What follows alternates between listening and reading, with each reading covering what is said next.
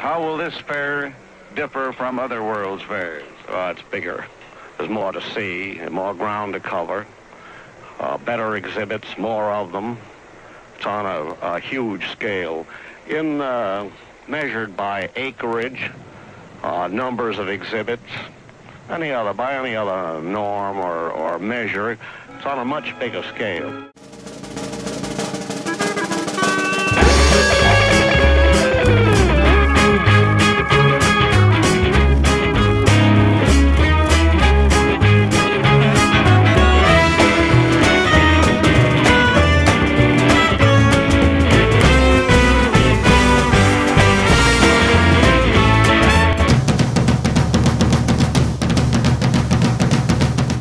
The World's Fair was in essence an expo, a chance for countries and nations from all around the world to get together and share the commercial achievements made in the last few years.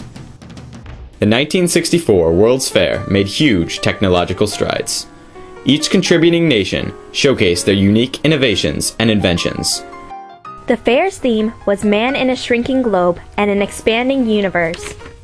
The 1964 through 65 World's Fair featured 140 pavilions on 646 acres in Queens, New York. Although the majority of the pavilions belong to the U.S., there are also 21 state pavilions and 36 foreign pavilions. One of the most amazing things about the World's Fair was that it was a catalyst for new innovations. It was like a consumer's market, with each country supplying their best product. The sky was the limit, and the world was the customer. A symbol that united all of the countries together was the Unisphere. Standing 140 feet high with the diameter of 120 feet, the Unisphere is the largest model of the Earth that was ever constructed. The structure was set on a tripod-like base weighing 900,000 pounds. The sphere was formed of an open grid of meridians and parallels. Curved sheets of stainless steel representing the Earth's land masses were attached to them. The capitals of the major nations are marked in lights. The Unisphere was set in the middle of the fair. It can be seen 6,000 miles away from the Earth. It is still on the fairgrounds today. As at most World's Fairs, companies displayed the latest technological products and materials. It was a paradise for shoppers, gadgeteers, and homemakers. Many of the new products for home, car, and office were all made of new plastics or other synthetic polymers. This includes fabrics like DuPont's Corfam and other new construction materials. Exotic material technologies were shown at General Motors, Ford, the Hall of Science, and half a dozen other pavilions. These included glass-plastic hybrids, ceramic sponges, metallic ceramics and coatings, self-lubricating parts, solid-state, and thermoelectric devices. The parade of futuristic goods for the home was mind-boggling. One could visit a gallery of kitchens and a crystal palace of fashion in the huge Better Living Center, a promenade of interiors, a Formica World's Fair house, and more. One of the most interesting kitchen gadgets was in the futuristic Norge kitchen in the Festival of Gas Pavilion. The Norge dish maker ground, washed and dried the family's plastic dinnerware, and molded the pellets into new plates, cups, and saucers. The most memorable exhibit at the fair was the General Motors Pavilion and a ride called Futurama. People stood in line for hours to ride it and experience the exciting possibilities of life in the distant future, the year 1960.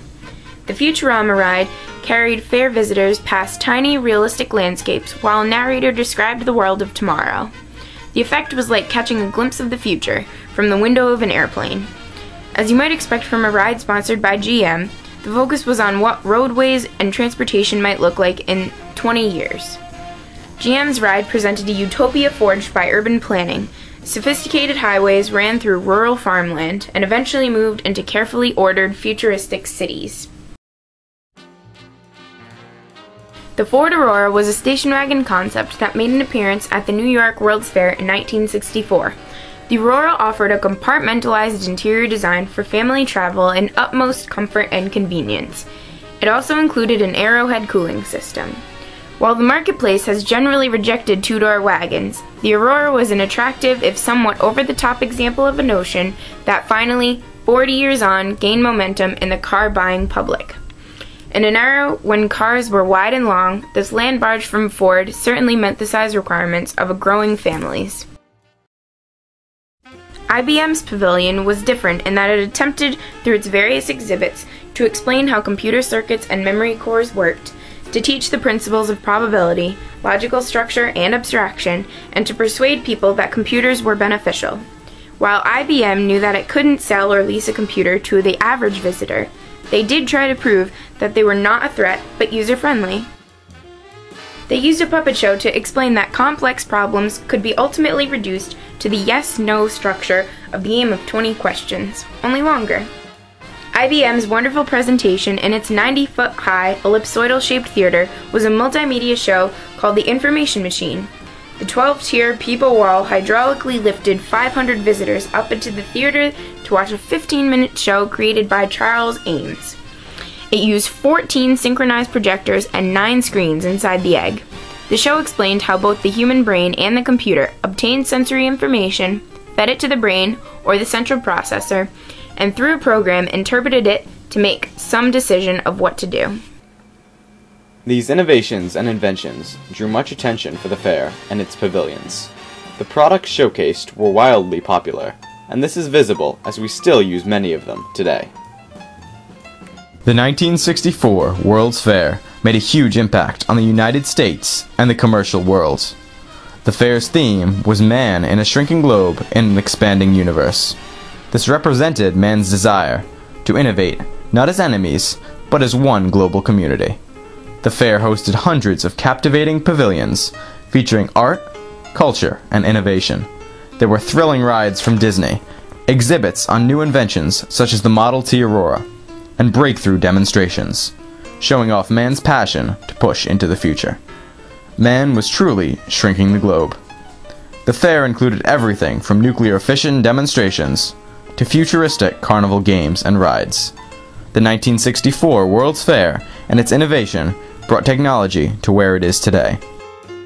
The World's Fair was not one innovation, but many, and its effects are still present in the very world we live in.